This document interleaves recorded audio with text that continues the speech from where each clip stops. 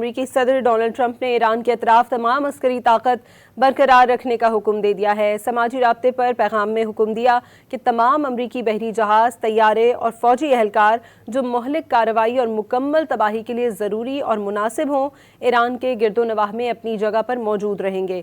اس کے ساتھ اضافی گولہ بارود اور اسلحہ بھی اپنی جگہ پر موجود رہے گا جب تک کہ اصل معاہدے پر مکمل طور پر عمل درآمد نہیں ہو جاتا۔ اگر کسی بھی وجہ سے ایسا نہ ہوا تو پہلے سے کہیں زیادہ بڑا اور طاقتور حملہ ہوگا جو پہلے کسی نے نہیں دیکھا ہوگا۔ ٹرمپ نے باور کرایا کہ یہ بات بہت پہلے طے ہو چکی تھی کہ ایران کے پاس کوئی جوہری ہتھیار نہیں ہوں گے اور اب ہرمز کھلی اور محفوظ رہے گی۔ امریکی صدر نے نشاندہی کی کہ اس دوران ہماری عظیم فوج تیاری کر رہی ہے اور آرام بھی کر رہی ہے۔ ہماری عظیم فوج در حقیقت اپنی اگلی مہم کے لیے پرجوش ہے۔